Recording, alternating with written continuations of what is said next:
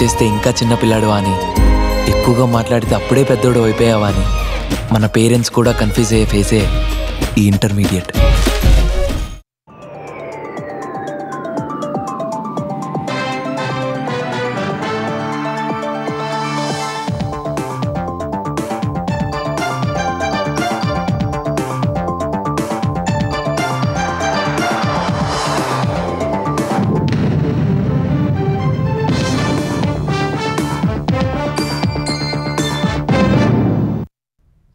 నమస్కారం, ఈటీవీ న్యూస్కి స్వాగతం. ముందుగా ముఖ్యాంశాలు.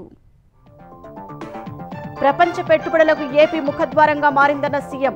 కలిసి పనిచేసేందుకు ముందుకు రావాలని యుఏఈ సంస్థలకు చంద్రబాబు పిలుపు.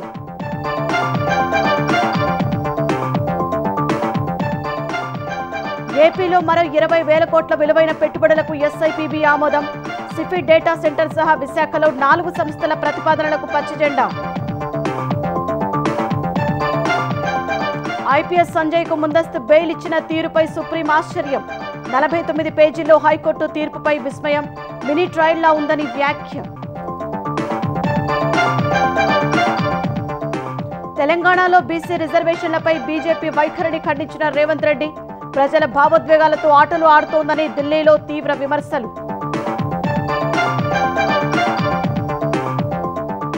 తెలంగాణ వ్యాప్తంగా ఉచిత బస్సు పథకం సంబరాలు. మునిగిపోతున్న ఆర్టీసీని కాపాడమన్న భట్టి. బకాయిలు ఎప్పటికప్పుడు చెల్లిస్తున్నట్లు వెల్లడి. తెలంగాణ వ్యాప్తంగా జోరు వానలు. ఉమ్మడి కరీంనగర్, వరంగల్ జిల్లాలో పలు ప్రాంతాలు జలమయం. మరో 2 రోజులు భారీ వర్ష సూచన. ఉపరాష్ట్రపతి ఎన్నిక ప్రక్రియ ప్రారంభించిన ఈసీ. ఎలక్టోరల్ కాలేజీని ఏర్పాటు చేస్తున్నట్లు వెల్లడి. తెరపైకి నితీష్, శశిధరూర్ సహా 4 పేర్లు.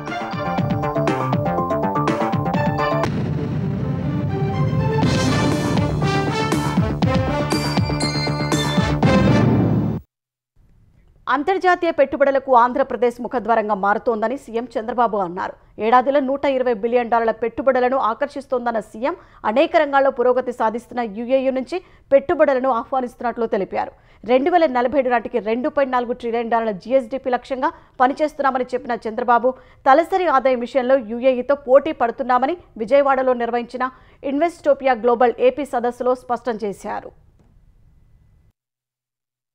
ఆంధ్రప్రదేశ్కు యుఏఈ పెట్టుబడుల ఆకర్షణ లక్ష్యంగా విజయవాడలో ఇన్వెస్టోపియా గ్లోబల్ ఏపీ సదస్సు నిర్వహించారు. సీఎం చంద్రబాబు ముఖ్య అతిథిగా పాల్గొనగా సదస్సుకు పలు దేశాల ప్రతినిధులు హాజరై పెట్టుబడి అవకాశాలు, ఆర్థికాభివృద్ధికి సంబంధించిన అంశాలపై చర్చించారు. ఏపీలో పెట్టే పెట్టుబడులు, ప్రాజెక్టులకు తాను భరోసాగా ఉంటానని సీఎం తెలిపారు. ప్రపంచవ్యాప్తంగా పెట్టుబడుల కోసం పర్యటించే సమయంలో 25% ఏపీలో వెచ్చించాలని యుఏఈ ఆర్థిక మంత్రిని కోరినట్లు చంద్రబాబు తెలిపారు. అనుమతుల కోసం పారిశ్రామికవేత్తలు ఏ కార్యాలయానికి వెళ్లాల్సిన అవసరం లేకుండా అన్ని అనుమతులు ఆన్లైన్లో జారీ చేస్తామన్నారు. పారిశ్రామికవేత్తలకు కావాల్సిన వనరులు సమకూర్చేందుకు ప్రభుత్వం సిద్ధంగా ఉందని చెప్పారు. యుఏఈ నుంచి సుమారు $50 బిలియన్ పెట్టుబడులను ఆశిస్తున్నట్లు ఆ దేశ మంత్రితో జరిగిన చర్చల్లో కోరారన్న చంద్రబాబు అంతకు మించే వస్తాయని ఆశాభావం వ్యక్తం చేశారు. Earlier use of doing business we are number 1 continuously for 5 years. Now we have changed our gear by doing speed of doing business. I am assuring you everything there is a time, within that time it is our responsibility to get it done. Directly we will monitor from CMO also. We are having all infrastructure. I am assuring you Andhra Pradesh is the best suitable place for all of you. Andhra Pradesh is having unique advantages. 1,000 kilometers sea coast on east part of globe from India. We are having every 50 kilometers one port, and also we are going to connect hub and spoke model. And also we are having airports already 7-8. Within an hour time, you can reach airport. It is Andhra Pradesh is very strategically located place. And also Andhra is very rich in water resources, very rich in agriculture. No other state can give this type of strength for investors. Even human resources, we are number 1. I am telling you, if you work with the government of Andhra Pradesh, I am assuring you I will extend all the cooperation for you. ఔత్సాహిక పారిశ్రామికవేత్తలకు ఆలవాలమైన ఆంధ్రప్రదేశ్కు రావడం సంతోషకరమైన విషయమని UAE ఆర్థిక శాఖ మంత్రి Abdullah bin తౌక్ అల్ మర్రి అన్నారు. చంద్రబాబును జనవరిలో దావోస్లో కలిశారన్న ఆయన సీఎం ఆహ్వానం మేరకు 6 నెలల్లోనే ఏపీకి వచ్చారని తెలిపారు. యుఏఈకి ఏపీ నమ్మకమైన భాగస్వామి అని పేర్కొన్నారు. Well, Andhra Pradesh has astonished me.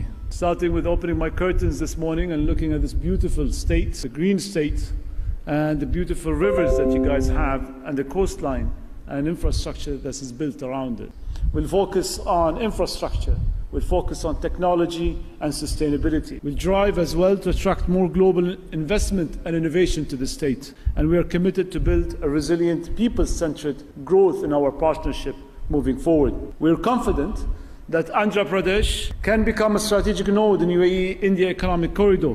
From port connectivity and logistics to food security, AR research and clean tech deployment and potential is enormous. ఈ సదస్సులో సీఎం చంద్రబాబు, యుఏఈ ఆర్థిక పర్యాటక శాఖ మంత్రి అబ్దుల్లా బిన్ తౌక్ సమక్షంలో AP economic development board, UAE Investopia సంస్థల మధ్య పెట్టుబడులకు సంబంధించిన అవగాహన ఒప్పందం కుదుర్చుకున్నాయి. డేటా విప్లవం ద్వారా అంతర్జాతీయంగా వచ్చే అవకాశాలను అందిపుచ్చుకోవడంలో ఆంధ్రప్రదేశ్ ముందు వరుసలో నిలుస్తోందని ఐటీ శాఖ మంత్రి నారా లోకేష్ చెప్పారు. విజయవాడ నోవాటెల్ హోటల్లో ఎకనామిక్ డెవలప్మెంట్ బోర్డు ఆధ్వర్యంలో జరిగిన ఇన్వెస్టోపియా గ్లోబల్ ఆంధ్రప్రదేశ్ సదస్సులో మంత్రి పాల్గొన్నారు. ఈ సందర్భంగా ఫైర్ సైడ్ చార్ట్ పెరిటర్ నిర్వహించిన కార్యక్రమంలో G42 ఇండియా సీఓ మను జైన్తో కలిసి ప్రైమస్ పార్ట్నర్స్ వైస్ ప్రెసిడెంట్ రక్షశ్రద్ధ నిర్వహించిన ముఖాముఖిలో లోకేష్ పాల్గొన్నారు. దక్షిణాసియాలోనే తొలి క్వాంటం కంప్యూటర్ అమరావతిలో వచ్చే ఏడాది జనవరిలో ప్రారంభం కానుందన్న లోకేష్, విశాఖ డేటా సిటీగా అభివృద్ధి చెందుతోందని, పలు అంతర్జాతీయ సంస్థలు డేటా సెంటర్లు ఏర్పాటు చేసేందుకు ముందుకొచ్చాయన్నారు. తమ ప్రభుత్వం అధికారంలోకి వచ్చాక ఏఐ వినియోగం ద్వారా ప్రజలకు సులభతరమైన పౌర సేవలు అందించడంపై దృష్టి సారించామన్నారు. మనమిత్ర పేరుతో వాట్సాప్ గవర్నెన్స్ ను ప్రవేశపెట్టి 600 రకాల పౌర సేవలను ప్రజలకు అందిస్తున్నామని చెప్పారు. AI age and quantum, which is the next revolution. So the first quantum 150-bit qubit computer is going to be coming here to Amravati. At the beginning of adopting AI, what we've done is we've gotten all the use cases from various departments. So we have close to about 100 use cases now available, and we are now doing a hackathon to go about solving the challenges that they are facing at the field. But honestly, it's just the beginning. Saying that, I think, to be fair, there's a lot of fear around AI, whether we will lose jobs. And my only say has been that every industrial revolution has ended up creating more jobs than it has displaced. And countries that have adopted to that industrial revolution have done exceedingly well. So in the IT revolution, India has been the biggest gainer. I believe in the AI revolution, India will be the biggest gainer. ఆంధ్రప్రదేశ్లో 20,000 కోట్ల విలువైన పెట్టుబడులకు సంబంధించి 4 కంపెనీల ఏర్పాటుకు పెట్టుబడుల ప్రోత్సాహక మండలి ఆమోదం తెలిపింది. 4 కంపెనీల ద్వారా 50,000 మందికి ఉద్యోగ అవకాశాలు లభించనున్నట్లు ప్రభుత్వం తెలిపింది. ముఖ్యమంత్రి చంద్రబాబు అధ్యక్షతన సచివాలయంలో ఏపీ పెట్టుబడుల ప్రోత్సాహక మండలి సమావేశం జరగగా మంత్రివర్గ ఉపసంఘం చైర్మన్ నారా లోకేష్, ఉన్నతాధికారులు పాల్గొన్నారు. పెట్టుబడులు పెట్టేందుకు ముందుకొచ్చిన 4 సంస్థలకు ఆమోదం తెలిపారు. ప్రతిష్టాత్మక సంస్థలైన సెఫీ, సత్వా, బీవీఎం, ఏఎన్ఎస్ఆర్ సంస్థలు 20,216 కోట్ల మేర పెట్టుబడులు పెట్టనున్నాయి. సిఫీ ఇన్ఫినిట్ స్పేసెస్ లిమిటెడ్ విశాఖలో తొలి విడత 1,466 కోట్లు, రెండో దశలో 15,000 కోట్ల పెట్టుబడులు పెట్టనుంది. సాత్వా డెవలపర్స్ ప్రైవేట్ లిమిటెడ్ మధురవాడలో 1,500 కోట్ల పెట్టుబడులు పెట్టనుంది. BVM energy and residency private limited ఎండాడలో 1,250 కోట్ల పెట్టుబడులు పెట్టనుంది. ANSR global corporation private limited మధురవాడలో 1,000 కోట్ల పెట్టుబడి పెట్టేందుకు ముందుకొచ్చింది.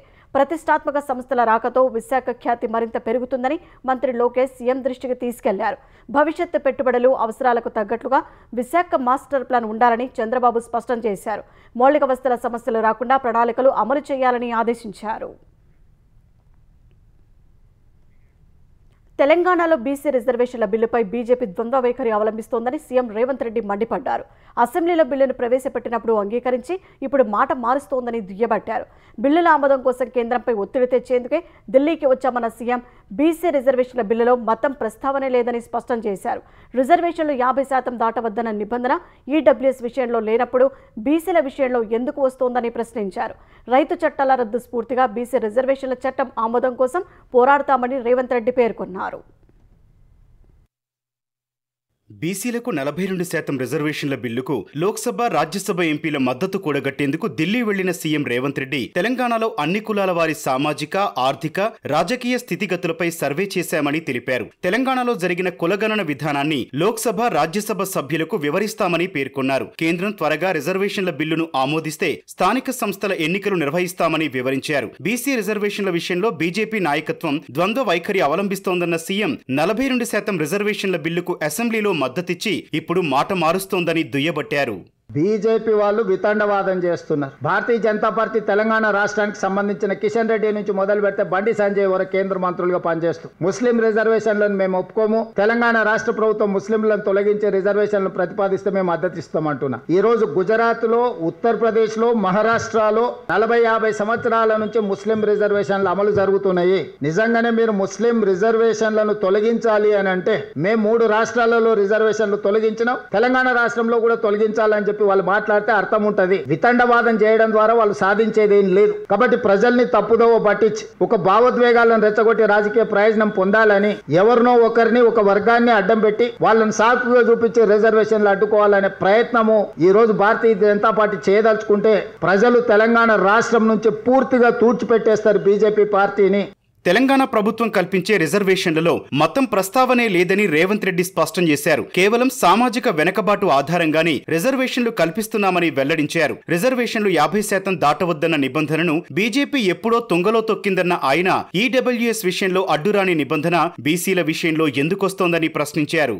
50% అనే మూల సూత్రం ఏదైతుందో అది కాలం చెల్లిపోయింది.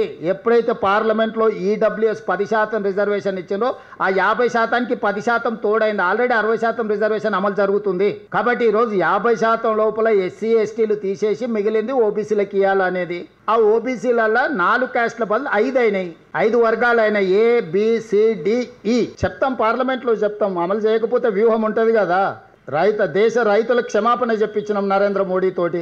మొదట్లో వాళ్ళు అట్లనే అంటారు, బిగుసుకుంటారు. మేము కులగణన చేయమన్నారు. సుప్రీంకోర్టులో పోయి అఫిడవిట్ ఫైల్ చేసిండ్రు, మేము కులగణన చెయ్యము అని. చివరికి ఇప్పుడు కులగణన చేస్తామన్నారు, ఆదేశాలు ఇచ్చిండ్రు. అనడం, పారిపోవడం అనేది బీజేపీకి సహజంగా ఉండే లక్షణమే కదా. ఓబీసీలకు న్యాయం చేయాలని బీజేపీని కోరిన రేవంత్ రెడ్డి బీసీ అయిన దత్తాత్రేయను ఉపరాష్ట్రపతిని చేయాలని విజ్ఞప్తి చేశారు. రేపు ఢిల్లీలోని ఏఐసీసీ కార్యాలయంలో తెలంగాణలో చేపట్టిన కులగణన, బీసీ రిజర్వేషన్ల పెంపు అవసరంపై కాంగ్రెస్ ఎంపీలకు సీఎం పవర్ పాయింట్ ప్రజెంటేషన్ ఇవ్వనున్నారు.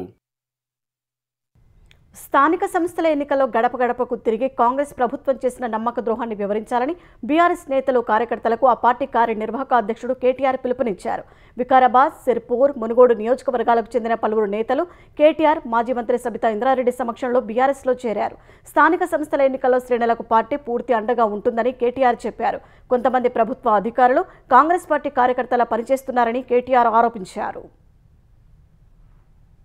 అధికారులు కాంగ్రెస్ పార్టీ కార్యకర్తల్లాగా పనిచేస్తున్నారనే నిజంగా కూడా అట్లే జరుగుతా ఉంది. బాల్కొండలో పోలీస్ స్టేషన్ లో కాంగ్రెస్ పార్టీలో ప్రెస్ మీటింగ్ పెట్టించి ఏం చేయాలి మనం? నేను డీజీపీ గారికి చెప్పిన, సపరేట్గా వాళ్ళకి ఆయన యూనిఫామ్ ఇచ్చి వాళ్ళని నడుపుకోమని రాదు, ఎందుకు మీ పోలీసు వాళ్ళని నేను చెప్పిన. మల్కాజ్గిరిలో ఇంకా ఘోరం, 2 గుండగాళ్ళు వచ్చి రోడ్డు మీద గంట సేపు ట్రాఫిక్ జామ్ చేస్తే ఆ లోకల్ సీఐని ఆ గుండగాడు బానెట్ మీద కూర్చొని రా, వాన్ సంగతి చూడు, వీని సంగతి చూడంటే ఈ రాష్ట్రం ఎవరు నడుపుతున్నారు? కొంతమంది గూండాలు కాంగ్రెస్ కార్యకర్తలు నడుపుతా ఉన్నారా? వీళ్ళందరికీ ఒక్కటే మందు, మీరు రేపు లోకల్ బాడీ ఎన్నికల్లో గులాబీ జెండా ఎగిరేస్తే అరే రాష్ట్రంలో గాలి మల్లింద్రాబాయ్, కేసీఆర్ గారు మళ్ళీ తిరిగి అయితేనే ఉన్నాడు ముఖ్యమంత్రి. అధికం చేస్తే కాంగ్రెస్ వాళ్ళ పేరు చెప్పి కాంగ్రెస్ వాళ్ళ మాటలని మనం కూడా పోతాం రాని వాళ్ళు కూడా అర్థం చేసుకుంటారు, మీ తవ్వకొస్తారు. మహిళలు ఆర్టీసీలో 200 కోట్ల ఉచిత ప్రయాణాలు చేసి 6,680 కోట్ల రూపాయలు ఆదా చేసుకున్నారని తెలంగాణ ఉప ముఖ్యమంత్రి భట్టి విక్రమార్క అన్నారు. 200 కోట్ల ఉచిత బస్సు ప్రయాణాలు పూర్తి చేసుకున్న సందర్భంగా ఎంజీబీఎస్లో వేడుకలు నిర్వహించారు. సహచర మంత్రులు పొన్నం ప్రభాకర్, కోమటిరెడ్డి వెంకటరెడ్డితో కలిసి భట్టి వేడుకల్లో పాల్గొన్నారు. మహాలక్ష్మి పథకం విజయవంతం కావడానికి కృషి చేసిన ఆర్టీసీ డ్రైవర్లు, కండక్టర్లకు రవాణా శాఖ మంత్రి పొన్నం ప్రభాకర్ అభినందనలు తెలిపారు. ఆర్టీసీకి పెండింగ్ బకాయిలు చెల్లిస్తున్నామని, మహిళా సంఘాలతో బస్సులు కొనుగోలు చేయిస్తున్నామని పొన్నం పేర్కొన్నారు. మహిళల ఉచిత ప్రయాణికుల ఛార్జీలను రాష్ట్ర ప్రభుత్వం ఆర్టీసీకి చెల్లించిందని భట్టి విక్రమార్క తెలిపారు. భవిష్యత్తులోనూ మహిళా ప్రయాణికుల ఛార్జీలను ఆర్టీసీకి రాష్ట్ర ప్రభుత్వం చెల్లిస్తుందని హామీ ఇచ్చారు. ఒకప్పుడు ఆర్టీసీ ఆక్యుపెన్సీ రేషియో 62% ఉంటే ఇప్పుడు 97% పెరిగిందని వివరించారు. ప్రభుత్వం వచ్చిన తర్వాత మహాలక్ష్మి ఉచిత బస్సు సౌకర్యం మహిళలకు ప్రవేశపెట్టిన తర్వాత ఈరోజు ఆర్టీసీ లాభాల్లో వచ్చి మునిగిపోతున్న పడవ కాదు ఇది. ఆర్థికంగా బలంగా తయారవుతున్న అతిపెద్ద ప్రభుత్వ రంగ సంస్థ రాష్ట్రానికి సంబంధించి ఇది కేవలం మహాలక్ష్మి ఉచిత ప్రయాణం మహిళల కోసం తీసుకున్నట్టు పథకం ద్వారానే ఈ ఆర్టీసీ స్థాయికి ఎదిగింది. కొత్తగా అదనంగా అనేక కొత్త బస్సులు కొనుగోలు చేసే స్థాయి కూడా ఈరోజు ఎదిగింది. జగదీప్ ధన్కడ్ రాజీనామాతో ఉపరాష్ట్రపతి ఎన్నికపై కేంద్ర ఎన్నికల సంఘం కసరత్తు ప్రారంభించింది. ఉభయ సభలకు చెందిన ఎంపీలతో కూడిన ఎలక్టోరల్ కాలేజీ ఏర్పాటు చేస్తున్నట్లు ప్రకటించింది. ఉపరాష్ట్రపతి ఎన్నికకు రిటర్నింగ్ అధికారిపై త్వరలోనే తుది నిర్ణయం తీసుకోనున్నట్లు తెలిపింది. సాధ్యమైనంత త్వరగా ఉపరాష్ట్రపతి ఎన్నిక షెడ్యూల్ విడుదల చేయనున్నట్లు తెలిపింది. పార్లమెంట్ ఉభయ సభల సభ్యులు ఉపరాష్ట్రపతిని ఎన్నుకుంటారు. రాజ్యసభలో నామినేటెడ్ సభ్యులకు ఓటు హక్కు ఉంటుంది. లోక్సభలో ప్రస్తుతం 542 మంది సభ్యులు ఉన్నారు. పశ్చిమ బెంగాల్లోని బసీర్హాట్ సీట్ ఖాళీగా ఉంది. రాజ్యసభలో ప్రస్తుతం 240 మంది సభ్యులు ఉన్నారు. 5 సీట్లు ఖాళీగా ఉన్నాయి. 4 నామినేటెడ్ సభ్యులతో కలిపి ఉభయ సభల మొత్తం సభ్యుల సంఖ్య ప్రస్తుతం 786గా ఉంది. మెజారిటీకి 394 మంది మద్దతు అవసరం కాగా లోక్సభలో 293 మంది, రాజ్యసభలో 129 మంది కలిపితే ఎన్డీఏకు 422 మంది సభ్యుల బలం ఉంది. ధన్కడ్ తప్పుకోవడంతో కొత్త ఉపరాష్ట్రపతి రేసులో Bihar CM Nitish Kumar, Congress MP Shashi Tharoor, Delhi lieutenant governor VK Saxena, Jammu Kashmir lieutenant governor Manoj Sinha పేర్లు వినిపిస్తున్నాయి. పార్లమెంటు వాయిదాల పర్వం కొనసాగుతోంది. ఉభయ సభలు వరుసగా 3వ రోజు ఎలాంటి కార్యక్రమాలు చేపట్టకుండానే రేపటికి వాయిదా పడ్డాయి. ఉదయం 11 గంటలకు లోక్సభ ప్రారంభం కాగానే ప్రశ్నోత్తరాల కార్యక్రమాన్ని రద్దు చేసి ఆపరేషన్ సింధూర్, బీహార్లో ఓటరు జాబితా సవరణ అంశంపై చర్చ జరపాలని ప్రతిపక్షాలు డిమాండ్ చేశాయి. పలువురు విపక్ష సభ్యులు వెళ్లోకి దూసుకెళ్లి నినాదాలు చేశారు. ఈ క్రమంలో స్పీకర్ మధ్యాహ్నం 12 గంటల వరకు సభను వాయిదా వేశారు. తిరిగి సమావేశమైన పరిస్థితుల మార్పు లేకపోవడంతో మధ్యాహ్నం 2 గంటల వరకు తర్వాత రేపటికి వాయిదా వేశారు. రాజ్యసభలోనూ అదే పరిస్థితి కొనసాగింది. బీహార్లో ఓటరు జాబితా సవరణ అంశంపై చర్చ జరపాలని డిమాండ్ చేస్తూ విపక్ష సభ్యులు సభా కార్యక్రమాలను అడ్డుకున్నారు. ఈ క్రమంలో ఎగువ సభ 2 సార్లు వాయిదా తర్వాత రేపటికి వాయిదా పడింది. కంచగచ్చిబౌలి భూముల విషయంలో సుప్రీంకోర్టు ఆదేశాల ప్రకారం అన్ని చర్యలు తీసుకుంటున్నట్టు తెలంగాణ ప్రభుత్వం తెలిపింది. ఈ మేరకు కంచగచ్చిబౌలి భూముల్లో పర్యావరణ పరిరక్షణకు చేపట్టిన చర్యలపై తెలంగాణ ప్రభుత్వం సుప్రీంకోర్టులో అఫిడవిట్ దాఖలు చేసింది. దీనిపై సమాధానం ఇచ్చేందుకు ప్రతివాదులు సమయం కోరగా తదుపరి విచారణను సుప్రీంకోర్టు ఆగస్టు 13కు వాయిదా వేసింది. కంచగచ్చిబౌలి భూముల్లో అనుమతులు లేకుండా చెట్లు నరికిన వ్యవహారంపై సుప్రీంకోర్టు సుమోటోగా కేసు నమోదు చేసి విచారణ చేపట్టింది. పర్యావరణ పరిరక్షణకు చేపట్టిన చర్యలపై స్టేటస్ రిపోర్ట్ దాఖలు చేయాలని గత విచారణలో ధర్మాసనం ఆదేశించింది. ఈ మేరకు ఇప్పటి వరకు చేపట్టిన చర్యలను అఫిడవిట్ రూపంలో తెలంగాణ ప్రభుత్వం దాఖలు చేసింది. ఆంధ్రప్రదేశ్ అగ్నిమాపక దళం డీజీగా పనిచేసిన సమయంలో అవినీతికి పాల్పడ్డారనే కేసులో ఐపీఎస్ అధికారి సంజయ్కి హైకోర్టు ఇచ్చిన బెయిల్ తీర్పుపై సుప్రీంకోర్టు ఆశ్చర్యం వ్యక్తం చేసింది. 49 పేజీలతో ముందస్తు బెయిల్ తీర్పు అని విస్మయం వ్యక్తం చేసింది. సంజయ్ ముందస్తు బెయిల్ పిటిషన్ దాఖలు చేస్తే ఏపీ హైకోర్టు కేసు విచారణ జరిపినట్లు ఉందని సుప్రీం ధర్మాసనం వ్యాఖ్యానించింది. ఈ పిటిషన్పై మినీ ట్రయల్ జరిగినట్లుగా ఉందని ఘాటుగా వ్యాఖ్యానించింది. అగ్నిమాపక దళం డీజీగా సంజయ్ అవినీతికి పాల్పడ్డారనే కేసులో ఆయన గతంలో హైకోర్టు ముందస్తు బెయిల్ మంజూరు చేసింది. హైకోర్టు నిర్ణయాన్ని ఆంధ్రప్రదేశ్ ప్రభుత్వం సుప్రీంకోర్టులో సవాల్ చేసింది. అవినీతి స్పష్టంగా కనిపిస్తున్నా వాస్తవాలను పరిగణలోకి తీసుకోకుండా సంజయ్కి హైకోర్టు ముందస్తు బెయిల్ ఇచ్చిందని ప్రభుత్వం తరపున ఎస్వి రాజు వాదించారు. ఈ సందర్భంగా 49 పేజీలతో ముందస్తు బెయిల్ తీర్పు ఇవ్వడాన్ని చూసి సుప్రీం ధర్మాసనం విస్మయం వ్యక్తం చేసింది. కేసుకు సంబంధించిన ఒప్పంద పత్రం, ఇన్వాయిస్లను సమర్పించాలని ఆదేశిస్తూ తదుపరి విచారణను ఈ నెల 30కి వాయిదా వేసింది.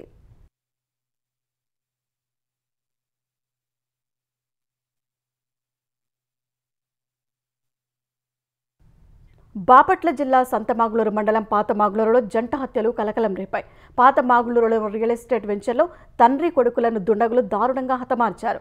మృతులు బెంగళూరుకు చెందిన స్థిరాస్తి వ్యాపారి కె వీరస్వామిరెడ్డి, అతని కుమారుడు కెవి ప్రశాంత్ రెడ్డిగా పోలీసులు గుర్తించారు.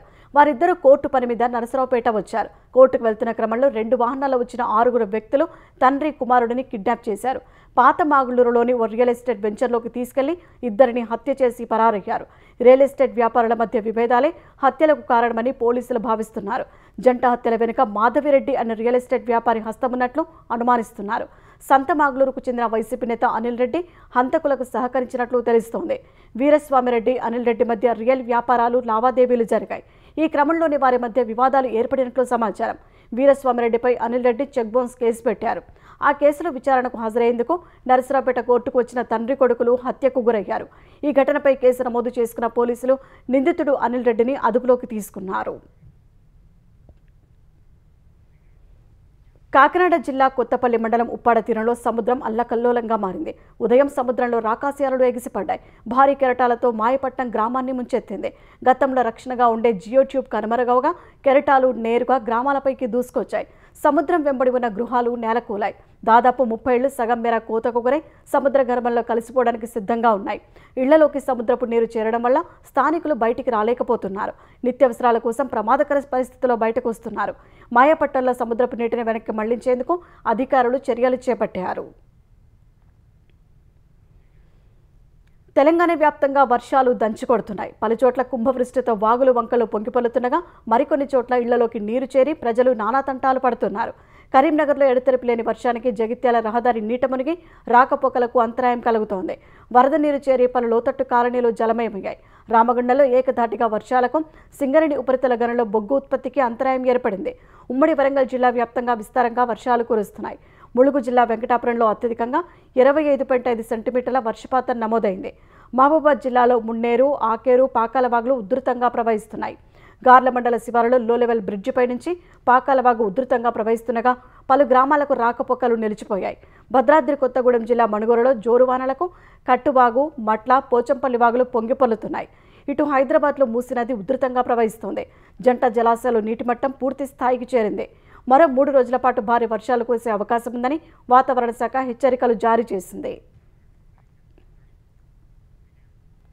ఆస్ట్రేలియాలో భారతీయుడిపై జరిగిన జాత్యహంకార దాడి ఆలస్యంగా వెలుగులోకి వచ్చింది. గత వారం అడిలైడ్లో దుండగులు జరిపిన దాడిలో బాధితుడు తీవ్రంగా గాయపడ్డాడు. భారత్కు చెందిన చరణ్ప్రీత్ సింగ్ భార్యతో కలిసి బయటకెళ్లాడు. మరో వాహనంలో వచ్చిన 5 దుండగులు కార్ పార్క్ చేసి వెళ్తున్న చరణ్పై దాడి చేయడంతో పాటు దూషించారు. ఈ ఘటనలో తీవ్రంగా గాయపడిన బాధితుడిని కుటుంబ సభ్యులు ఆసుపత్రికి తరలించారు. దాడికి పాల్పడిన వారిలో ఒకరిని అదుపులోకి తీసుకున్నట్లు ఆస్ట్రేలియా పోలీసులు తెలిపారు. సీసీటీవీ కెమెరాల ఆధారంగా మిగతా వారిని పట్టుకుంటామని వెల్లడించారు. కోవిడ్ గల్వాన్ ఘర్షణలతో భారత్ చైనా మధ్య దెబ్బతిన్న దౌత్య సంబంధాలు క్రమంగా సాధారణ స్థితికి చేరుతున్నాయి. దాదాపు 5 ఏళ్ల తర్వాత చైనీయులకు టూరిస్టు వీసాల జారీని భారత్ పునః ప్రారంభించనుంది. ఈ నెల 24 నుంచి చైనా పౌరులకు టూరిస్టు వీసాలు మంజూరు చేయనున్నట్లు బీజింగ్లోని భారత్ రాయబార కార్యాలయం వెల్లడించింది. 2020 ప్రారంభంలో కోవిడ్ కారణంగా చైనాలో చదువుకుంటున్న సుమారు 22,000 మంది భారత విద్యార్థులు స్వదేశానికి వచ్చారు. అనంతరం వారిని భౌతిక తరగతులకు అనుమతించాలని భారత ప్రభుత్వం పలుమార్లు విజ్ఞప్తి చేసినా చైనా స్పందించలేదు. ఫలితంగా ఆ దేశ పౌరులకు జారీ చేసిన టూరిస్టు వీసాలను భారత్ సస్పెండ్ చేసింది. ప్రధాని నరేంద్ర మోదీ బ్రిటన్ మాల్దీవుల్లో 4 రోజుల పాటు పర్యటించనున్నారు. ఇందుకోసం ఈ మధ్యాహ్నం బయలుదేరి వెళ్లిన ఆయన ఈ సందర్భంగా 2 దేశాలతో ఉన్న సత్సంబంధాలు మెరుగుపడతాయని విశ్వాసం వ్యక్తం చేశారు. 2 రోజులు బ్రిటన్లో పర్యటించనున్న ప్రధాని ఇరు దేశాల మధ్య వాణిజ్యం, సాంకేతికత, రక్షణ, విద్య, ఆరోగ్యం వంటి రంగాల్లో సంబంధాల పరిధి పెరుగుతుందని పేర్కొన్నారు. యూకే ప్రధాని కీర్ స్టార్మర్తో జరగనున్న సమావేశంలో 2 దేశాల ఆర్థిక వృద్ధి, ఉద్యోగాల సృష్టి, ఆర్థిక భాగస్వామ్యం వంటి అంశాలపై చర్చించనున్నట్టు మోదీ చెప్పారు. ఆ తర్వాత కింగ్ చార్లెస్ IIIతో మోదీ భేటీ అవుతారు. తర్వాత అధ్యక్షుడు మైజో ఆహ్వానం మేరకు ప్రధాని మోదీ మాల్దీవులకు వెళ్లనున్నారు. ఆ దేశ 60వ స్వాతంత్ర దినోత్సవాల్లో మోదీ పాల్గొంటారు.